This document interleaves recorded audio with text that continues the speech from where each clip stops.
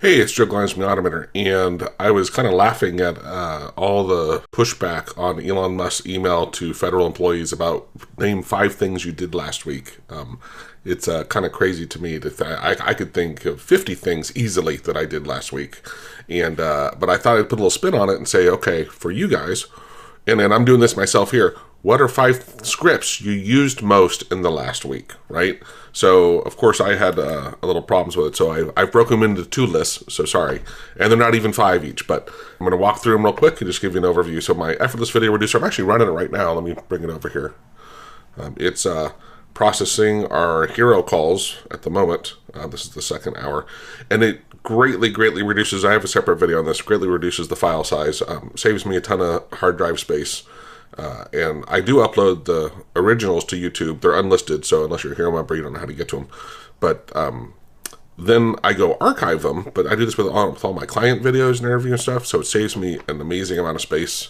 Usually gets them down to at least 30% less in size, often smaller than that, depending on what the topic is. So my media player, unfortunately, because I'd be playing music, I can't actually demo that. But it's one I always have music in the background. And also, what I can do is say, like, even I have a hotkey, so if I hold down Control Shift and scroll, I can increase and decrease the volume of it, not my actual levels of my audio, right? So if I move my mouse over my taskbar, it's probably another one I use a lot. It's not on this list, but I move my mouse over the taskbar and scroll up and down, and that will adjust my system volume. But this allows me to control my audio, my music separately, so I can put some music on in the background, still be on Zoom calls. They can't actually hear it, which is really cool, so I use that a lot. Obviously, prompt assistance. So this is our tool. Where in here, of course, I launch all my other tools. Like I got a ton of FFmpeg tools, my newsletter stuff. All of these are all scripts that most of them, I think the ones that we've made, or all of them are close to it. And then I have, a lot of different sections and stuff. So it's kind of a knockoff of QAP. It's just simpler, and you can do snippets and hotkeys, and you can launch programs. You can insert AUTOHOTKEY code as things to run and execute, so it's really cool. Toggle across monitors. Now this one I can demo because I can click it, and it will just throw it to the other monitor. So I can hold down the Alt key and right-click, and it throws that window, and I just designate, because I have more than 2 windows, but it designates a pair to toggle between. So sometimes I just want to get something out of the way, and I know there's built-in things in Windows, but then I have to put my hands on the keyboard, and I have to do other stuff. This is just super fast. My window snipper tool, this one you've probably seen, it's one of our favorite tools. It has built-in OCR. We have a different tool that does OCR now. It's the AI OCR. I didn't put that on this list. It was close. I just don't have the need that often, but when I do need it, boy, that AI OCR is great. But this one for just taking quick screenshots and being able to get rid of them and take multiple, so I can do multiple. And then I could even scroll if I needed to, right? So it's very handy. And then when we're done, you just get rid of it. So that's our most popular download also, by the way. Our AI transcribe and summarize. This one, after each video that we process, I push it through an AI tool that transcribes everything and actually gets the context and stuff. I have a whole video on this. But it then creates a summary, and that's what we put into our YouTube videos. And so I've been doing a lot of stuff for clients with this as well. Great tool. Kill/toggle monitor. So this one, I can actually hit a button on my Stream Deck. And I have one built-in AUTOHOTKEY too on my keyboard, but either one of them, I'm still doing the same thing. I kill the power to the monitors, and then if I hit a different hotkey, actually now it's the same one on the Stream Deck, it brings them back up. So it's very handy because often I'll want to walk away. I don't have to lock I'm at home, so I'm not too worried about people coming into my computer. But at TI, when I used to work in corporate America, I'd get a ticket by the IT police if I left my computer open and accessible and walked away. And so this was a great way because I could do it and not have anyone come up to it, because you had no idea that actually that you could easily just hit a hotkey and get right back in. I'd have to type a crazy password. So anyway, I still use this a lot at home because if I go shower, I don't want to have to turn off my monitors. I don't want to waste the power. It just blanket. Now this one, that's what I changed to is I have a power strip plug that my monitors are plugged into, so I'm literally killing the power to them, so it's really cool. All right, these are the ones I actively use during now there's other ones that are always running, and I'd be lost without them, and so that's why I thought, okay, get ActivePath. It's a phenomenal tool for getting the path of like a running file. It also allows you, if you're in Chrome and you select some text, if you hit the hotkey, it will push The hyperlink, it creates a pretty hyperlink in your clipboard that you can just paste into Word. So in the newsletter, I use that like crazy, but also just on any path and on a lot of files and different programs are using, like a Word file. If you have an open Word file, you can get the path of that file instantaneously. And then so it saves me a crazy amount of time.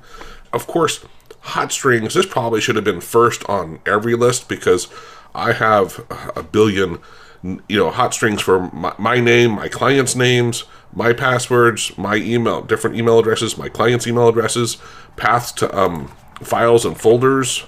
Little typo there. The paths of files and folders also, it's just phenomenal if you have a lot of folders used often. I put P dot and then I start typing and it will fill in. Like, let me see here. If I hit open, if I'm in an open save dialog, and P dot, let's see, temp, is that one? I think so. Yeah, it'll navigate for me to it, right? So very, very cool to be able to have at your fingertips paths to things. And even for increasing, decreasing volume, I mentioned that earlier, right? So I did have it on my list. I forgot. Okay. We have scripts that go check our Mailgun opening clicks, and then if you've clicked on a certain link, we will add you to a drip campaign. So that feeds into, we have like some of them are let's say 7 different emails over a couple weeks, and they will, like, if you clicked on something about the hero group, we will start a drip campaign to you about the hero. If you clicked on a regular expression stuff, we start a drip campaign about regular expressions to help teach you stuff. Yes, we do push a little bit of stuff of sales, but they're really helpful drip campaigns. And so those are running in the background. Those actually have often come up on the screen. It'll show you a couple times when I'm doing what we automated this week with AUTOHOTKEY of how many people, it's usually like 20 to 30, somewhere in there a week get added. Adding context to email. So that was that one. Our fake drive, again, this will be lost, and we need to do this for one of our clients with Isaiah and Irfan and Rizwan and our team. We all have a fake drive we create, and then the paths to all the files are all the same on all of our computers. And one of our clients is running into an issue. They haven't done this yet. We haven't done it for them because we're waiting to get Dropbox on each of their computers. But when you do, oh, hey, that done. The Effortless video, let's see how much is saved. It's 26% of the original size. So you see it's 486 megs instead of almost 2 gigs, right? So yeah, and that's at the lowest. Well, actually there's a minimal, which is horrible. This one, I wouldn't use that setting unless you really had to get the space down really tiny. Human speech, 32K is plenty fine to listen to it. So that helps with the quality. You can change the encoding. This H.265, that's one of the reasons why this drops so much. You can actually change the resolution, but it doesn't change the file size as much as you might expect. So I don't mess with that.